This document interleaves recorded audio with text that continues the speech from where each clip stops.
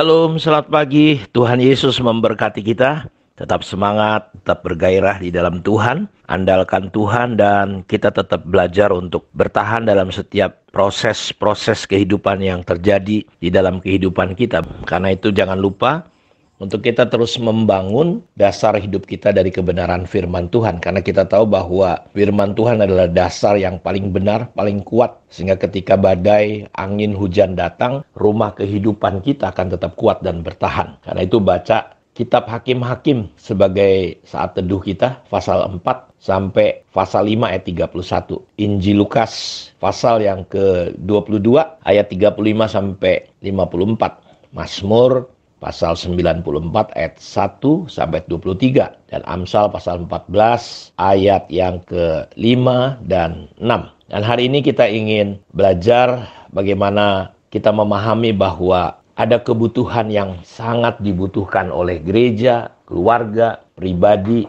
dan dunia ini. Dan kebutuhan itu adalah tentang Bapa. Pemuritan adalah sebuah proses hampir sama dengan yang namanya keluarga. Karena itu saya menganalogikan, mengilustrasikan dengan sederhana, pemuritan itu seperti kayak kita di dalam keluarga. Ada bapak, ada ibu, ada yang namanya anak-anak. Dan keluarga adalah institusi pertama yang Tuhan ciptakan. Sebenarnya gereja adalah kumpulan dari keluarga-keluarga. Karena itu gereja itu sama dengan keluarga. Pemuritan juga sebenarnya sama esensinya dengan keluarga. Dan kita sedang fokus bagaimana kita menjadi gereja pembuat murid yang memuridkan. Karena itu perhatikan baik-baik bahwa kebutuhan kita hari-hari ini adalah yang namanya Bapa. Bapa di surga mewakilkan, mempresentasikan dirinya kepada apa yang disebut bapak-bapak secara rohani di dalam gereja dan bapak-bapak yang ada dalam keluarga.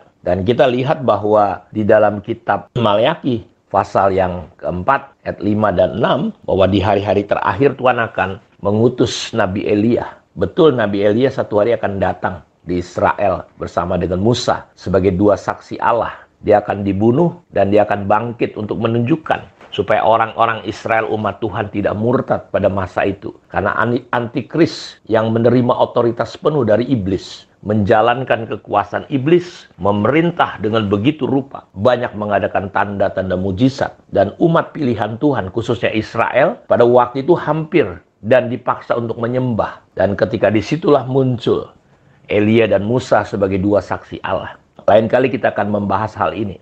Tetapi ketika dalam kitab Maleakhi, di situ dikatakan bahwa Tuhan akan mengutus roh Elia sebelum kedatangannya. Untuk apa? Mengembalikan hati bapak-bapak kepada anaknya dan hati anak-anak kepada bapaknya. Saya mau katakan bahwa untuk menghancurkan dunia, iblis tidak perlu menghancurkan dunia. Dia cukup menghancurkan keluarga. Ketika keluarga hancur, akan lahir generasi, akan lahir orang-orang yang terluka, yang punya kekacauan di dalam jiwanya, sehingga akan muncul berbagai macam-macam kejahatan yang akan terjadi. Survei, riset membuktikan bahwa pelaku-pelaku kejahatan, pembunuh-pembunuh berdarah dingin, semua orang yang bertingkah laku aneh. Ternyata Bapak Ibu setelah diteliti, itu semua mereka karena tidak memiliki hubungan di dalam keluarga. Karena itu ketidaknormalan akan terjadi ketika hubungan tidak terjadi di dalam keluarga. Dan ayat ini berkata, dia akan mengembalikan hati bapak-bapak kepada anaknya dan hati anak-anak kepada bapaknya. Kalau itu tidak terjadi, maka aku akan pukul bumi hingga musnah. Jadi akan terjadi kemusnahan, kerusakan dunia ini. Hal-hal yang macam-macam aneh-aneh. Itu terjadi karena tidak adanya hubungan. Kita satu hari semua akan menjadi bapak dan ibu. Dan kalau kita tidak pernah mengalami proses secara rohani, dibapai ulang, proses ditemani secara rohani, kita nggak akan pernah bisa menjadi bapak secara rohani, menjadi bapak rohani, kalau kita tidak pernah dibapai secara rohani. Makanya banyak orang menjadi bapak-bapak hanya statusnya secara rohani. Dia tidak punya kemampuan untuk mengayomi. Dia tidak punya kemampuan untuk membapai orang lain karena dia tidak pernah mengalami yang namanya proses dibapai. Karena itu kita melihat banyak hal-hal yang aneh, baik itu di dunia sekuler, di segala segmen kehidupan maupun di dunia gereja. Paulus berkata bahwa kamu punya beribu guru, tapi aku bapakmu. Artinya Paulus menunjukin, seringkali gereja jemaat di Korintus kita lihat, mereka punya beribu-ribu guru, tetapi mereka tidak bertumbuh secara rohani. Mereka tetap kanak-kanak. Walaupun mereka punya karunia-karunia hebat, jawatan lengkap di sana. Tapi lihat kelakuan mereka, lebih buruk, lebih jelek dari orang-orang yang tidak mengenal Allah. Dan Paulus menemukan salah satunya, tidak terjadinya proses pembapaan. Kenapa kita mengalami kesulitan membapai orang? Karena memang kita tidak pernah mengalami dibapai. Kita bertumbuh masing-masing. Saya harus jujur, ketika saya lahir di tengah-tengah keluarga saya, ketika ada di keluarga rohani, kita nggak ketemu bapak-bapak rohani yang harusnya menjadi figur. Pemimpin-pemimpin itu cuma pemimpin. Dia tidak punya hati bapak. Dia tidak punya kapasitas sebagai perwakilan Bapa Surgawi, sebagai bapak. Bahkan lebih cenderung menjadi pemimpin-pemimpin yang melukai, memberi perintah, memberi instruksi, menyakiti, melukai, sehingga banyak pemberontakan. Gereja banyak mengalami perpecahan. Ya, kalau kita mau jujur, makanya orang dunia heran, begitu banyak. Taruhlah organisasi berbeda. Tak satu organisasi pun terkadang gereja juga berpecah-pecah. Sulit. Kenapa? Kita nggak punya kemampuan pulih dan sembuh. Saya punya statement bahwa kita nggak akan pernah bisa menjadi teman-teman yang bisa menemani secara rohani teman-teman kita, kalau kita nggak pernah ditemenin juga secara rohani. Kita nggak bisa memberi apa yang kita nggak punya. Kita hanya bisa memberi apa yang kita punya. Karena itu saya mau dorong Bapak Ibu untuk kita fokus.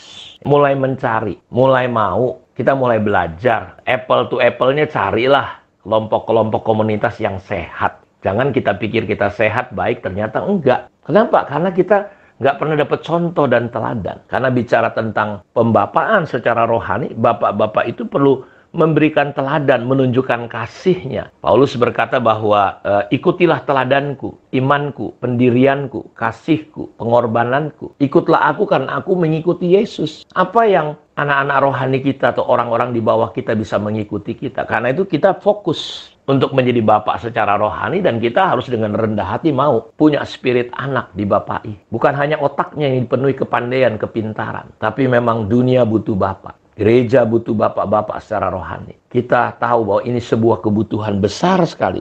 Karena itu saya berharap lewat Saat Teduh ini saya mendorong kita semua untuk kita bisa ditemanin dan menemanin orang lain. Tapi Anda nggak punya kapasitas menemanin orang kalau Anda nggak pernah punya pengalaman ditemanin. Anda nggak mungkin bisa membapai, mengibui kalau Anda sendiri nggak pernah dibapain. Pertanyaannya, siapa bapak rohani Anda? Siapa orang yang menemani Anda? Saya belajar sungguh-sungguh bertahun-tahun, dan saya menemukan ternyata sederhana sekali bahwa pembapaan, penemanan itu persis seperti keluarga. Saya ketika punya anak, saya jadi bapak. Tapi apakah saya menjadi bapak dengan fungsi yang benar seperti yang diharapkan oleh Tuhan? Atau saya cuma bapak secara status? Saya cuma menggunakan otoritas, otoriter, semena-mena. Saya nggak pernah memberi teladan, nggak pernah memberi waktu. Saya cuma menuntut. Apa yang terjadi, anak-anak saya bertumbuh menjadi anak-anak yang terluka. Mereka tidak nyaman, tidak nyambung, hubungan kami tidak baik. Saya perlu bayar harga. 7 tahun belakangan ini saya secara serius terus membangun hubungan. Berhenti menghakimi, berhenti menuntut. Kalau mereka punya salah, saya buka ruang di hati saya yang terbesar. Ruang salah untuk anak-anak. Sama seperti Bapa di surga. Memberikan ruang yang begitu besar. Karena kita nggak ada yang sempurna. Kita banyak salah, tapi Bapa tetap mengasihi, menerima kita. Bapa menerima saya bukan karena prestasi, bukan karena pencapaian. Bahkan ketika gagal, Bapa di surga tidak menghakimi saya, tidak menjudge saya, tidak merendahkan saya, tidak menjatuhkan saya. Karena saya diterima bukan karena penampilan saya. Saya diterima apa adanya saya sebagai pribadi saya. Sehingga saya merasa dikasih, diterima. Dan ini kekuatan untuk saya bisa melakukan yang sama. Dan saya berharap akan ada banyak orang-orang yang mengalami hal yang sama seperti yang saya alami. Sehingga engkau punya kemampuan untuk menjadi bapak dan ibu, membapai orang-orang lain, menemani orang-orang secara rohani. Karena Anda sendiri mengalami. Kiranya kita menjadi orang-orang yang menjawab bahwa dunia butuh bapak di segala segmen kehidupan. Tuhan memberkati kita semua. Mari kita berdoa. Bapak, terima kasih. Berkati semua anak-anakmu, biarlah kami menangkap prinsip pemuritan, bahwa pemuritan itu sama seperti kayak keluarga. Biarlah kami bertumbuh, mau dibapai supaya kami bisa bertumbuh menjadi bapak-bapak rohani, ibu-ibu rohani. Kami bisa bertumbuh menjadi teman-teman secara rohani yang bisa menemani teman-teman kami yang lain. Supaya kami boleh melihat terobosan-terobosan dan orang berubah ke arah Kristus. Terima kasih Tuhan untuk penerimaan-Mu, untuk kasih-Mu. Dan ajar kami untuk bisa menerima, mengasihi orang lain. Menerima pribadi mereka. Bukan hanya menerima karena penampilan dan kehebatan, tapi mengasihi apa adanya. Terima kasih. Dalam nama Yesus kami berdoa. Amin. Tuhan memberkati kita semua. Shalom.